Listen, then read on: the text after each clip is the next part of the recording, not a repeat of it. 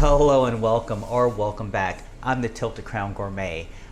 Over the weekend, I met up with some of my high school friends from the Philippines, and we had a what we call the Wagner reunion, or AKA the Fighting Falcons reunion.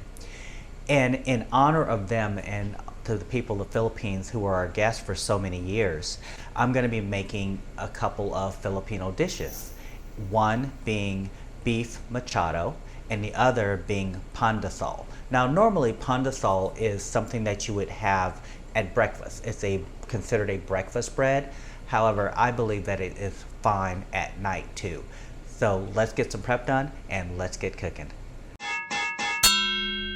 For the Beef Mechado, the ingredients are really simple. You're gonna have your beef, potatoes, tomato sauce, carrots, onions. Traditionally, it's water, but I actually like using beef stock. Lemon wedge or lemon slice, bay leaves, garlic, soy sauce, salt and pepper. Not a lot of ingredients, but a lot of flavor. To start our dish, we're going to add our oil to our pot. Let it heat up a little bit. Next, we'll add in our onion, followed by our garlic. Sure you break up your onions, get it all coated in your oil. What you want to do is to wilt your onions a bit. Don't really need a bunch of color. Next, we're going to add in our beef, and we're going to get it and brown it. After about 3 to 4 minutes, you're going to have your beef is going to be browned. So then we're going to add in water, or in my case, beef stock, as well as your tomato sauce. What we want to do is get it and mix it together, let it come to a simmer, and then you're going to be simmering it for an hour and a half or so. But it really depends on your meat, because you want to simmer this until your meat is tender. While your meat is simmering, if your liquid level goes down too far, just add more water or beef stock. In this bowl, I have our flour.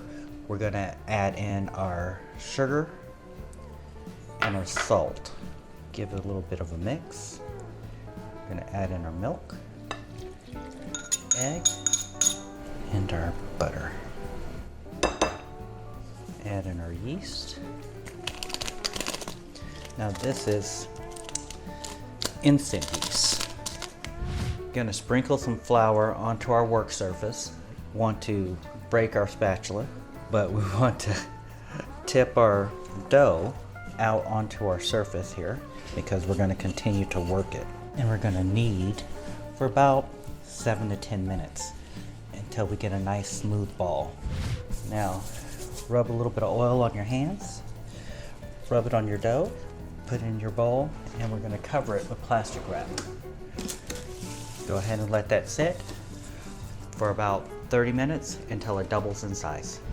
While our dough is rising for our pandesal, we're going to check back in on our beef mechado, and it's looking really good, so we're just going to continue to allow that to simmer.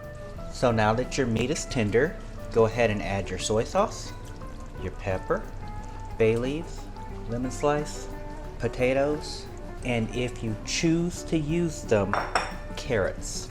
Gonna mix everything up, and once the potatoes are done, then your beef mechado is done.